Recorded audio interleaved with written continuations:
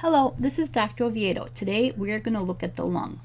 The lung has a very complicated three-dimensional structure, and our histology sections are quite thin, so you can't always see every single structure that you would see, for example, in a histology book, but we can see quite a bit. Let's get going. At this power, when you look at the lung, you can see for orientation, up here is the pleural surface. There is an interlobular septum right here. There is an interlobular septum right here, and of course there is a large interlobular septum right here. The lobule, of course, is defined as the tissue surrounded by the interlobular septa. So of course, if I go around with my cursor, this area right here is one lobule. An acinus is defined as a functional unit of the lung. Those are much better seen on drawings of the lung. In the lung, the bronchioles are accompanied by branches of the pulmonary artery. You can see at this power, here is a bronchiole right here, and there is a branch of the pulmonary artery right next to it. Here is a smaller bronchiole, and of course, the branch of the pulmonary artery right next to it. Over here on the right, you can see a larger bronchiole, and next to it, of course, is a branch of the pulmonary artery. Let's take a closer look at the paired structures right here.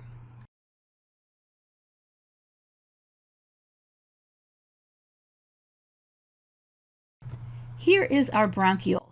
You can see it's lined by respiratory epithelium, and it has some smooth muscle in the wall. It has no cartilage. If it had cartilage, it would be called a bronchus. At this power, you can see that this is a ciliated epithelium, as respiratory epithelium is. A bronchiole would, of course, also have Clara cells. The Clara cells secrete components of surfactant. They can be difficult to see on routine preparations.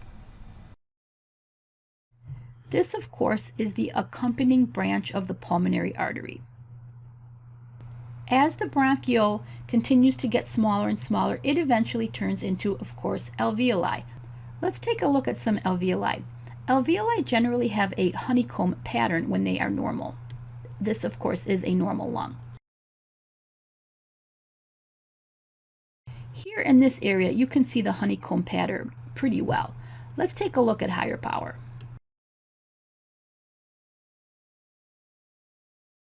You can see the alveoli are lined by very thin type 1 pneumocytes.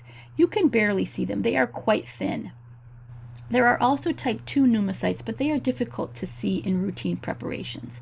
The walls of the alveoli, of course, contain capillaries and red blood cells. The pulmonary vein branches are located in the interlobular septa. Here is a small pulmonary vein. Here's a large pulmonary vein. Over here also there are two pulmonary veins. Let's take a closer look at the pulmonary veins right here. These, of course, are two pulmonary veins. They are identified simply by their location in the interlobular septum.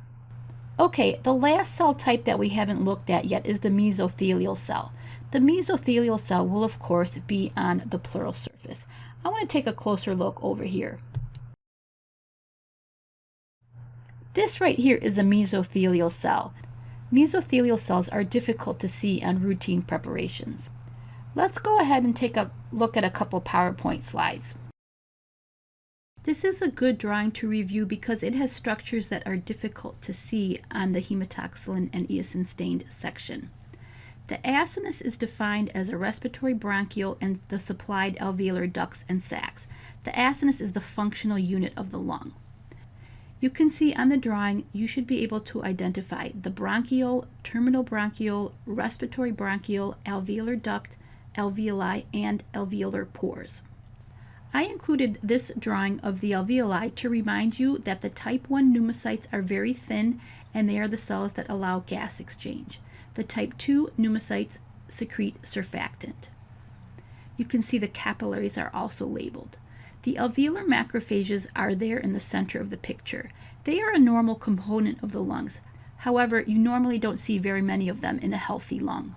After reviewing the slide and drawings, you should be able to identify the bronchiole, alveoli, capillaries, type 1 and 2 pneumocytes, pulmonary artery branches, pulmonary vein branches, pleural surface with mesothelial cells, and alveolar macrophages.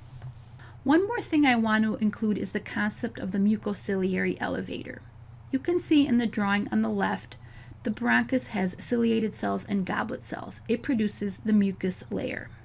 The mucociliary elevator refers to the concept that the mucus layer is constantly being moved by the cilia away from the lungs in order to keep the lungs clean.